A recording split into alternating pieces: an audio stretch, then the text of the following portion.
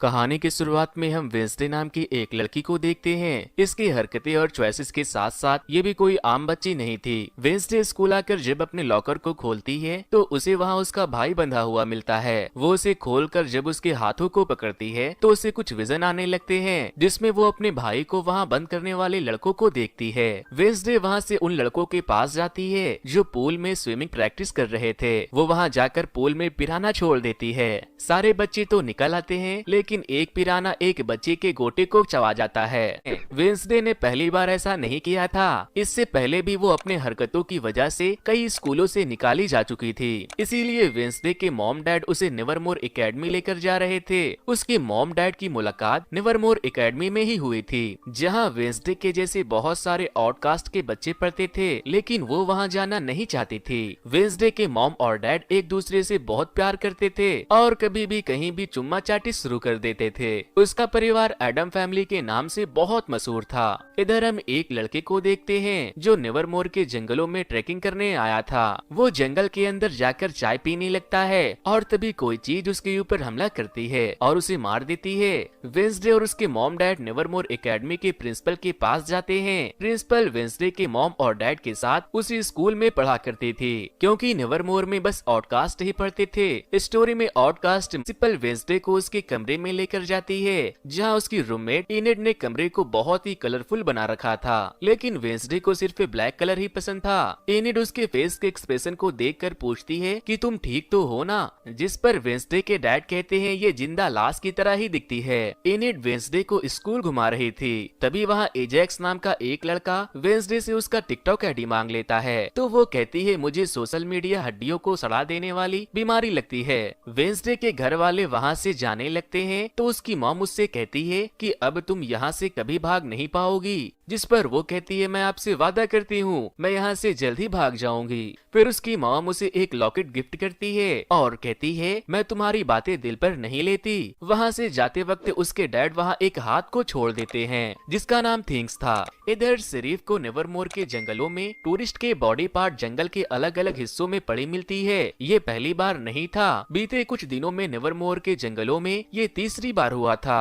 Wednesday अपने कमरे के हिस्से की कलरफुल फिल्म निकाल देती है और इनेड से कहती है रूम में शांति बनाए रखो क्योंकि ये मेरे नोवेल लिखने का समय है। लेकिन वो गाना बजाकर डांस करने लगती है। वेंसडे इनेड से गाना बंद करने को कहती है तो इनेड उसे अपने वेयरवुल्फ के पंजे दिखाकर धमकाने लगती है। तभी वहाँ मिस थ्रोन हिल आ जाती है जो उनकी डोर मॉम थी। वो वेंसडे के वेलकम में उसे एक ब्लैक कलर का फ्लावर गिफ्ट करती है। अगले दिन शाम को जब वेंसडे कहीं जा रही थी तो थिंग्स उसे छुप छुप कर देख रहा था। तभी वेंसडे के ऊपर एक स्टैचू गिरने वाला था, लेकिन वक्त रहते जेवियर नाम का एक आउटकास्ट उसे बचा लेता है, लेकिन वो बेहोश हो चुकी थी। वो होश में आती है तो वो जेवियर को थैंक्स बोलने की बजाय उसे कहती है कि मुझसे ये उम्मीद मत रखना कि मैं तुम्हारा शुक्रगुजार रहूंगी, क्योंकि तुमने मेरी एक अच्छी है कि मैं तुम्हें बहुत पहले से जानता हूँ। जब हम 10 साल के थे तो तुम मेरी गॉड मदर के फ्यूनरल में अपनी ग्रैंड मदर के साथ आई थी। हम दोनों हाइड एंड सीक खेल रहे थे और मैं अपने गॉड मदर के कॉफिन में जाकर छुप गया। मैं अपने गॉड मदर के साथ जिंदा जलने ही वाला था, लेकिन तुमने मुझे बचा लिया और आज मैंने तुम्हारी जान बचाकर हिसाब बराबर कर दिया।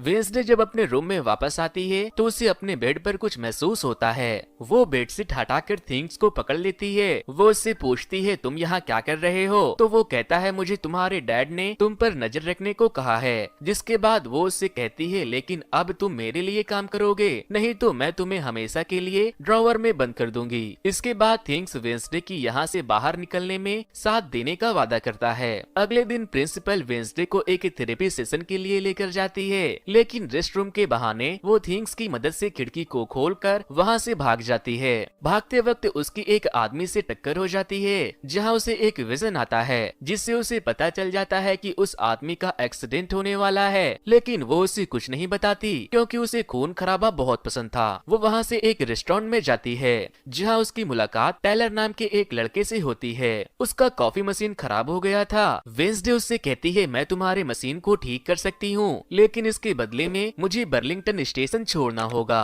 वो उसके बातों को मान जाता है। वेंसडे उसकी कॉफी मशीन को ठीक कर देती है तो वो कहता है थोड़ी देर वेट करो, मेरी शिफ्ट खत्म होने ही वाली है। वो वहाँ वेट कर रही थी, तभी पिलग्रिम के कुछ लड़के आकर उसे परेशान करने लगते हैं, लेकिन वो उन तीनों लड़कों को अकेले ही निपटा देती है। तभी टायलर के डैड सिर्फ वहाँ आ जाते हैं। टायलर अपने डैड से कहता है कि ये कस्टमर को छेड़ रहे थे तो इसने उन्हें धो दिया। तभी नेवरमोर की प्रिंसिपल भी वहाँ आती है और वो सिर्फ से सॉरी बोलकर वेंसडे को अपने साथ लेकर चली जाती है। प्रिंसिपल वेंसडे के भागने की कोशिश करने वाली बात से बहुत ज्यादा नाराज थी। वापस आते वक्त उन्हें रास्ते में एक एक्सीडेंट हुआ नजर आता है। वो कहती है भगवान करे ड्राइवर ठीक हो, जिस पर वेंसडे कहती है वो मर गया है, उसकी गर्दन टूट गई। अपने कमरे में आने के बाद वेंसडे वैलन बजाने लगती है। वो बहुत अच्छा बजा रही थी। स्कूल की प्रिंसिपल के साथ साथ बहुत से बच्चों को वो धुन बहुत पसंद आती है। एनिड वहाँ आती है तो उसकी नजर थिंग्स पर पड़ती है। वो वेंसडे से पूछती है ये क्या है, तो वो कहती है ये हमारे एडम फैमिली के तमाम राजों में से एक राज है। इधर दूसरी तरफ हम एक लड़के रेवन को देखते हैं। वो एक लाइब्रेरी में जाकर वहाँ के एक बुक से एक तस्वीर को फाड़ लेता है। इधर थिंग्स टायलर के घर पहुँच जाता है, जहाँ टायलर उसे देखकर डर जाता है और उसे मारने लगता है। जिसके बाद थिंग्स इशारे से उसे बैठने को कहता है और वो उसे वेंसडे का नंबर देकर उसे कॉल करने को कहता है। वो जब उसे कॉल करता है तो वो उससे कहती है कि हार्वेस्ट फेस्टिवल में स्कूल के सारे बच्चे आएंगे, मैं वहाँ से भागने वाली हूँ और अगर तुम मुझे स्टेशन तक पहुँचा दोगे तो मैं तुम्हें एक अच्छा इनाम दूंगी। टेलर उसकी बातों को मान जाता है। फिर जब वो लोग फेस्टिवल में जाते हैं तो प्रिंसिपल की नजर वेंसडे के ऊपर ही थी, इसीलिए वो एक आदमी को पैसे देकर प्रिंसिपल का ध्यान भटकाने को कहता है। टेलर वेंसडे के जाने से पहले उसे उसके डैड का एक पुलिस रिकॉर्ड गिफ्ट करता है, जो उसने अपने सिर्फ डैड के पास से चुराया था। वेंसडे उस फाइल को लेकर वहाँ से जाने लगती है। तभी उसकी टक्कर रेवन से हो जाती है और उसे कुछ खतरनाक विजन आने लगते हैं। रेवन जंगल की तरफ जा रहा था।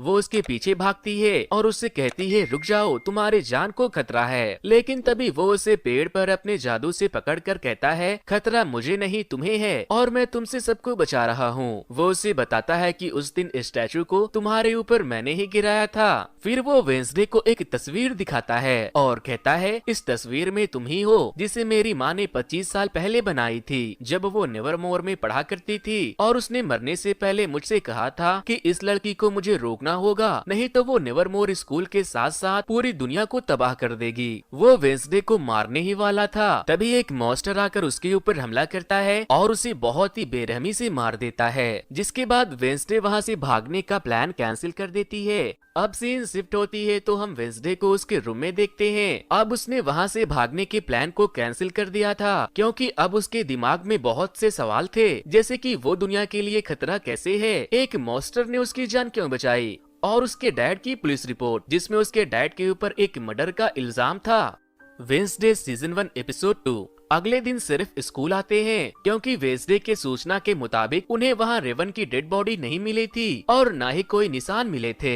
वो वेंसडे से पूछते हैं तुम वहाँ क्या कर रही थी, तो वो कहती है कि मैंने जंगल की तरफ रेवन को भागते हुए देखा और जब मैं उसके पीछे गई तो एक मॉन्स्टर ने उसके ऊपर हमला करके उसे मार दिया और मैं बेहोश हो गई। प्रिंसिपल कहती है कि रेवन का मर्डर वर्डर नहीं हुआ है, वो यहाँ से भाग गया है और आपको वेंसडे के बातों पर यकीन करने की कोई जरूरत नहीं है, क्योंकि उसे दौरे पड़ते रहते हैं, इसीलिए हम इसकी थेरेपी भी करवा रहे हैं, ये जल्द ही ठीक हो जाएगी। वेंसडे प्रिंसिपल से कहती है मैं सिर्फ से अकेले में बात करना चाहती हूँ। प्रिंसिपल जब वहाँ से जाती है तो वेंसडे सिर्फ से कहती है कि जंगल में कोई है जो सबको मार रहा है और उसी ने रेवन को मारा है। लेकिन तभी रेवन वहाँ सही सलामत वापस आ जाता है। अगले दिन जब वेंसडे को थेरेपिस्ट के पास ले जाया जाता है तो वो उससे पूछती है कि क्या तुमने सबका टेंशन अपने तरफ खींचने के लिए ये अफवाह फैलाई कि तुमने रेवन का मर्डर होते हुए देखा। तो वो कहती है मुझे पता है मैंने क्या देखा है, लेकिन मुझे तुम्हें बताने रही थी। तो उसे टेलर मिलता है। वो उससे कहता है कल रात तुम फेस्टिवल से कहाँ भाग गई मुझे पता नहीं, लेकिन मुझे तुम्हारे बातों पर पूरा भरोसा है। वापस आने के बाद वो उस तस्वीर के ऊपर कुछ सिंबल को देखती है जो उसे रेवन ने दिखाया था। रेवन को बिना किसी वजह के स्कूल से निकाला जा रहा था, इसीलिए वेंसडे थिंग्स को रेवन के पीछे भेज देती है। प्रिंसिपल के कहने पर वेंसडे को किसी एक्स्ट्रा करिकुलर एक्टिविटी में ज्वाइन होना था, इसीलिए वो बी कीपिंग क्लब ज्वाइन कर लेती है, जिसमें यूगेन नाम का बस एक ही स्टूडेंट था। इधर जब थिंग्स रेवन के पीछे जाता है तो वो देखता है रेवन अपना रूप बदल रहा है। पहले तो वो एक बूढ़ा बनता है और फिर प्रिंसिपल बन जाता है। थिंग्स वापस आकर ये सारी बात वेंसडे को बता देता है। इसके बाद जब क्लास शुरू होने लगती है तो जेवियर उसे कहता है मेरी बगल वाली सीट खाली है, तुम चाहो तो यहाँ बैठ सकती हो। वो उसके पास जाकर बैठ जाती है। जेवियर एक मकड़ी की स्केच बनाता है जो उसके मैजिक से जिंदा भी हो जाता है, लेकिन वेंसडे उसे मार देती है। यहाँ पर बियांका और वेंसडे के बीच बहुत बहस होती है। बियांका वेंसडे को पसंद नहीं करती थी और ना ही वेंसडे बियांका को, क्योंकि पूरे स्कूल में वेंसडे ही थी जो बियांका के टक्कर में थी। इसके बाद वेंसडे इनिट को अपनी जगह बी फार्मिंग क्लब में भेज देती है, जहाँ यूगेन उसके ऊपर लैंड मार रहा था, क्योंकि उसे वेयरवुल्फ लड़कियां बहुत पसंद थी। और वेंसडे खुद उस मॉन्स्टर की तलाश में अकेले नेवरमोर के जंगलों में चली जाती है, जहाँ टायलर वेंसडे को अपने डैड के नजरों में आने से बचाता है। वो भी वहाँ अपने डैड का पीछा करते करते आ गया था। वेंसडे को वहाँ रेवन का चश्मा मिलता है। वो जैसे उसे छूती है उसे जेवियर और रेवन की लड़ाई एक लाइब्रेरी और एक बुक दिखाई देती है, इसीलिए वो वहाँ से उस बुक की तलाश में लाइब्रेरी में चली जाती है, लेकिन उसे वहाँ वैसा कोई भी बुक नहीं मिलता। तभी मिस थ्रोन वहाँ आती है और कहती है यहाँ तो स्टूडेंट अपनी प्यास बुझाने आते हैं, तुम यहाँ क्या कर रही हो? तो वो कहती है मैंने भी यहाँ दो वैम्पायर को एक दूसरे के रूम में चली जाती है, क्योंकि रेवन जेवियर का रूममेट था। वो लोग बुक ढूंढ रहे थे। तभी जेवियर वहाँ आता है तो वो बेड के नीचे छुप जाते हैं। तभी बियांका भी जेवियर के रूम में आ जाती है और वो जेवियर से पैचअप करना चाहती थी। वो दोनों पहले एक दूसरे को डेट कर रहे थे, लेकिन जेवियर उसे मना कर देता है, जिससे बियांका को लगने लगता है कि जेवियर ने वेंसडे की वजह से उसे छोड़ा है। फिर वो उसे बताती है कि कल मैं तुम्हारी करस की रूममेट की बोट रेस में धज्जियां उड़ाने वाला हूँ। थिंग्स और वेंसडे नीचे से उसकी पूरी बात सुन रहे थे। वेंसडे वापस आकर इनिट से कहती है कल मैं भी तुम्हारे साथ बोट रेस में हिस्सा लूंगी, इस बार बियांका को मैं हरा कर रहूंगी। अगले दिन रेस शुरू होती है। इस रेस का कोई भी नियम कानून नहीं था। इस गेम में जो प्लेयर सबसे पहले गुफा तक जाकर झंडे को लेकर वापस आएगा वो टीम जीत जाएगी। गेम शुरू होता है और बियांका का एक मरमिड दोस्त पानी में कूदकर एक टीम के बोट को डुबा देता है, लेकिन जब वो वेंसडे के बोट की तरफ बढ़ता है तो थिंग्स उसके ऊपर जाल फेंक कर उसे पानी में ही फंसा देता है। किनारे पर 3 टीम पहुंचती है। सारे लोग फ्लैग लेने जाते हैं तो इनिड जोकर टीम के बोट में अपने पंजों से होल कर देती है। सारे लोग फ्लैग लेकर लौट रहे थे, लेकिन जब वेंसडे गुफा से फ्लैग लेकर लौटने लगती है तो उसे एक विजन आती है, जहां उसे उसकी ही जैसी एक लड़की अपने हाथों में किताब लिए हुए दिखाई देती है।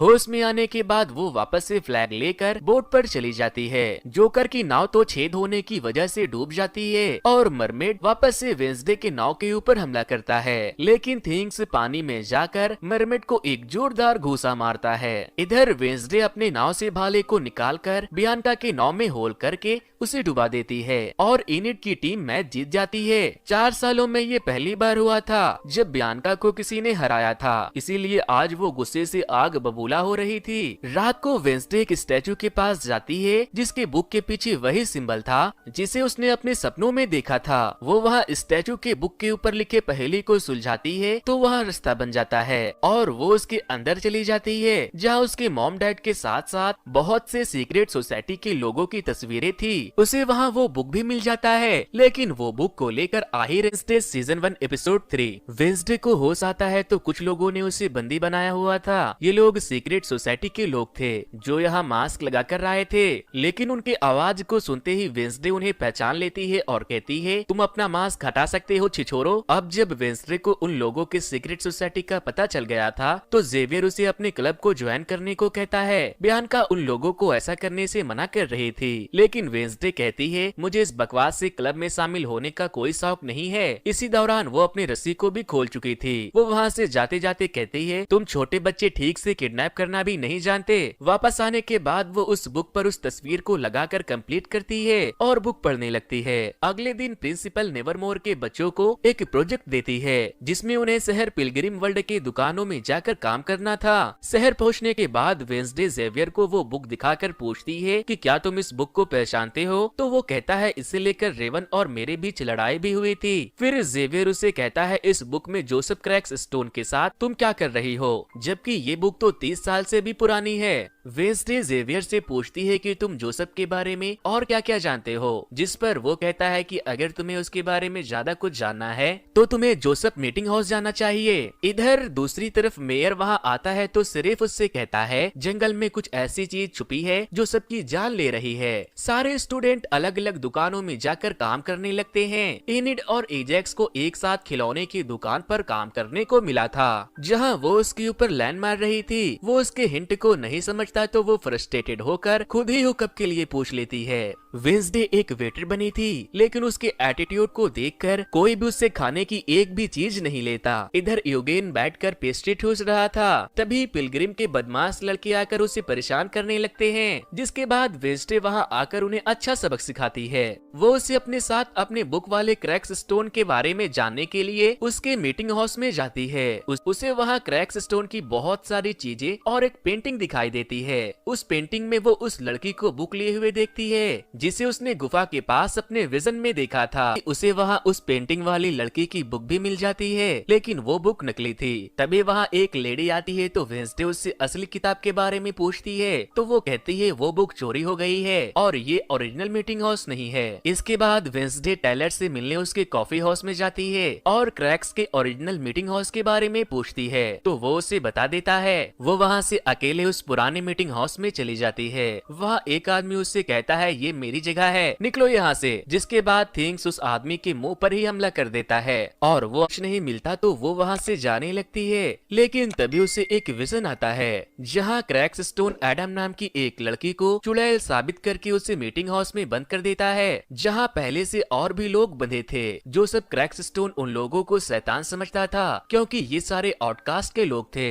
वो पिलग्रिम के लोगों के साथ मिलकर उस मीटिंग हाउस में आग लगा देता है। एडम अपनी माँ को छुड़ाने की कोशिश करती है, लेकिन वहाँ मौजूद सारे लोगों का हाथ जमीन से बंधा था सिवाय एडम के। एडम की माँ के कहने पर उसे बेसमेंट के जरिए वहाँ से भागना पड़ता है और क्रैक्स सारे आउटकास्ट को जिंदा जला देता है। एडम वेंसडे के पास आती है और कहती है वो हम सबको मार देगा। तभी क्रैक्स स्टोन वहाँ आ जाता है और वेंसडे वापस से प्रेजेंट में आ जाती है। वो होश में आकर थिंग्स को बताती है मैंने उसे देखा, मुझे लगता है वो मेरी 400 साल पुरानी पूर्वज है। तभी वहाँ वो मॉन्स्टर आकर उस मीटिंग हाउस पर हमला करता है, लेकिन वो वेंसडे को देखकर वहाँ से भाग जाता है। वेंसडे और थिंग्स उसका पीछा करते हैं, लेकिन वो देखती है कि उस मॉन्स्टर के कदमों के निशान इंसान में बदल गए हैं। तभी जेवियर वहाँ आ जाता है क्योंकि वो उसका पीछा कर रहा था। वेंसडे उसे मॉन्स्टर के कदमों के निशान दिखाने लगती है, लेकिन वो पानी की वजह से गायब हो जाता है। अगले दिन जोसेफ क्रैक्स स्टोन की एक मूर्ति की स्थापना होने वाली थी क्योंकि पिलग्रिम के लोग उसे एक फ्रीडम फाइटर मानते थे और आज वेंसडे को वहाँ वायलिन बजाने के लिए बुलाया गया था। लेकिन वो लोग जैसे स्टैचू की स्थापना करते हैं, थिंक पूरी स्टैचू को जला देता है क्योंकि वेंसडे के कहने पर उसने पहले ही स्टैचू के ऊपर फ्यूल डाल दिया था। सारे लोग आग देखकर वहाँ से भाग जाते हैं, लेकिन वेंसडे स्टैचू को जलता देख मुस्कुरा रही थी। प्रिंसिपल को वेंसडे के ऊपर शक था, लेकिन उसके पास वेंसडे के खिलाफ कोई सबूत नहीं थे। इधर हम उस ओल्ड मीटिंग हाउस के बूढ़े को देखते हैं। वो मॉन्स्टर आता है और उसके ऊपर हमला कर देता है, लेकिन वो बूढ़ा मरते मरते मॉन्स्टर की कुछ तस्वीरें ले लेता है। पुलिस को खबर मिलती है तो वो वहाँ इन्वेस्टिगेट करने लगते हैं, जहाँ उन्हें उस बूढ़े के कैमरे से उस मॉन्स्टर की तस्वीर मिल जाती है। इधर एनिड एजेक्स से मिलने के लिए बहुत एक्साइटेड थी, लेकिन एजेक्स जैसे ही गलती से अपने बालों को देखता है वो पत्थर का बन जाता है। Wednesday season 1 episode 4। अगले दिन थिंग्स मुर्दा घर जाकर कैमरा के ऊपर ब्लैक बबल गम लगा देता है और डोर को खोलता है तो वेंसडे अंदर आती है। वेंसडे उस बूढ़े आदमी के जख्मों को देखने आई थी जिसे मॉन्स्टर ने मारा था। वो सारे डेटा को अपने एक डिवाइस में रिकॉर्ड करती है और थिंग्स उसकी फाइल तैयार करने में जुट जाता है। तभी सिर्फ और डॉक्टर अनवर वहाँ आ जाते हैं तो वेंसडे वहाँ एक बॉक्स में सो जाती है। उस बॉक्स को खुला देखकर जब डॉक्टर उसे चेक करते हैं तो वेंसडे को देखकर उसे लगता है कि ये तो एक लाश है। फिर जब थिंग्स वहाँ आता है तो वो कहती है थोड़ी देर और सोने दो, बहुत मजा आ रहा है। वेंसडे अपनी इन्वेस्टिगेशन से ये पता लगाती है कि वो मॉन्स्टर बॉडी पार्ट्स इकट्ठा कर रहा है। अगले दिन जब वो स्कूल जाती है तो उसे जेवियर के गर्दन पर किसी चीज के पंजों के निशान दिखाई देते हैं। और आज मिस थ्रोन हॉल सारे बच्चों को रात में होने वाली एक डांस पार्टी के बारे में बताती है। स्कूल के बाद हम जेवियर को एक केबिन से निकलते हुए देखते हैं। वेंसडे को उसके जख्मों पर शक था तो वो उसका पीछा करते हुए वहाँ पहुँच गई थी। वो वहाँ बहुत सारे मॉन्स्टर के स्केचेस को देखती है। वो वहाँ से जाने लगती है तो जेवियर उसे देख लेता है, लेकिन वेंसडे उसका ध्यान भटकाने के लिए कह देती है कि क्या आज तुम मेरे साथ डांस पार्टी में चलोगे। वेंसडे जेवियर के ड्राइंग को ले जाकर सिर्फ को दिखाती है, लेकिन सिर्फ कहता है इससे हम किसी को पकड़ नहीं सकते, कोई ठोस सबूत लेकर आओ। इसके बाद वेंसडे अपने सारे रिसर्च को यूगेन के बी फार्मिंग में सजा देती है। यूगेन उनमें से एक स्केच को देखकर कहता है मैं इस जगह को जानता हूँ, और फिर वो वेंसडे को अपने साथ उस जगह पर लेकर जाता है। वो दोनों उस गुफा के अंदर जाते हैं जहाँ उसे बहुत सारी हड्डियाँ और एक हथकड़ी भी दिखाई देती है। थोड़ा छानबीन करने पर उसे वहाँ एक नुकीला नाखून भी मिलता है। वेंसडे नाखून को अपने पास रख लेती है और फिर जेवियर के उस पेंटिंग वाले केबिन में जाकर उसके डस्टबिन में से एक खून लगा हुआ कपड़ा निकाल कर अपने पास रख लेती है। आकर पूछता है तुम यहाँ क्या कर रही हो। तो वो पूछती है तुम्हें ये चोट कैसे लगी। तो वो बताता है पिछले कुछ दिनों से ये मॉन्स्टर मेरे सपनों में आता है, इसीलिए मैं इसकी स्केच बनाता हूँ, लेकिन एक बार मैंने अपने जादू पर कंट्रोल खो दिया और स्केच के अंदर से मॉन्स्टर के पंजे ने निकलकर मुझे नोच लिया। जिसके बाद जेवियर वेंसडे के ऊपर गुस्सा करने लगता है और उसे वहाँ से जाने को कहता है, क्योंकि वो उसके ऊपर शक कर रही थी। वेंसडे वहाँ से जेवियर के खून लगे कपड़े और मॉन्स्टर के नेल को ले जाकर सिर्फ को दे देती है और कहती है डीएनए टेस्ट करवा कर देख लो, इतना सबूत काफी है। इसके बाद वेंसडे यूगेन के पास जाती है और कहती है अब हम दोनों के ही पास डांस के लिए डेट नहीं है, हमें रात को गुफा में जाकर मॉन्स्टर को ढूंढना चाहिए। रात को वेंसडे यूगेन के साथ जंगल में जाने की तैयारी कर रही थी, लेकिन तभी टायलर उसके दरवाजे पर तैयार होकर आता है, क्योंकि थिंग्स ने अपने तरफ से वेंसडे के नाम पर उसे डांस पार्टी में साथ चलने के लिए इन्वाइट किया था। टायलर बहुत खुश था, इसीलिए वेंसडे अपने गुफा में जाने के प्लान को कैंसिल करके उसके साथ जाने का सोचती है। थिंग्स ने उसके लिए ब्लैक कलर के एक ड्रेस को भी लाया था। वेंसडे जब वहाँ से जाने लगती है तो यूगेन वहाँ आता है, तो वो उससे कहती है हम दोनों गुफा में कल जाएंगे, लेकिन यूगेन वेंसडे को बिना बताए अकेले ही गुफा की तरफ निकल जाता है। इधर सारे लोग पार्टी में जाकर खूब एंजॉय कर रहे थे। एनिड डेट पर एजेक्स को जलाने के लिए पिलग्रिम के एक बदमाश बच्चे को लेकर आई थी, जो वहाँ के मेयर का बेटा भी था। एजेक्स भी ठीक होकर अपने डेट के साथ पार्टी में आया था और जेवियर बियांका के साथ था, लेकिन जब वेंसडे वहाँ आती है तो जेवियर की जलने लगती है। फिर जब सारे लोग डांस करना शुरू करते हैं तो वेंसडे के डांस करने के तरीके को देखकर सारे लोग हैरान रह जाते हैं, क्योंकि वो बहुत ही अजीब तरह से डांस कर रही थी। तभी पिलग्रिम के लड़के वहाँ टैंकर लेकर आते हैं और डांसिंग क्लब के फायर एक्सटिंग्यूशर पंप में पाइप लगा देते हैं। इधर यूगेन जंगल में पहुँच गया था और छुपकर मॉन्स्टर का वेट कर रहा था। तभी वहाँ कोई आता है और उस गुफा में एक ब्लास्ट करके भाग जाता है। जेवियर टायलर को वेंसडे के साथ देखकर जल रहा था, तो वो बियांका से कहता है तुम अपने लॉकेट को उतार कर अपने सायरन से मुझे उसे भूलने में मदद करो, जिस पर वो भड़क जाती है। वो कहती है तुमने तो पहले सबसे कहा कि मैंने अपने सायरन से तुम्हें वश में किया है और अब तुम्हें किसी को भुलाने के लिए वापस से मेरी मदद चाहिए। तभी वहाँ पूरे फ्लोर पर खून की बारिश होने लगती है। सारे लोग डर कर भाग जाते हैं, लेकिन वेंसडे को और ज्यादा मजा आने लगता है। बट जो बारिश हो रही थी वो खून नहीं कलर था, जिसे पिलग्रिम के लड़कों ने वेंसडे से बदला लेने के लिए वहाँ गिराया था। तभी एकदम से वेंसडे को एक विजन आता है और उसे पता लगता है कि यूगेन खतरे में है, इसीलिए वो जंगल की तरफ उसे बचाने भाग जाती है। इधर एनिड को जब पता लगता है कि एजेक्स फ्रीज होने की वजह से उस दिन नहीं आया था, तो वो उसके साथ अपना अधूरा काम पूरा करने लगती है। यूगेन उस मॉन्स्टर से बचकर भाग रहा था। वो मॉन्स्टर उसके ऊपर एक बार हमला करता ही है कि तभी वेंसडे उसे ढूंढते हुए वहाँ आ जाती है। वो मॉन्स्टर वेंसडे को देखकर वहाँ से भाग जाता है। मिस थ्रोन भी वेंसडे का पीछा करते करते वहाँ पहुँच जाती है। तो दोस्तों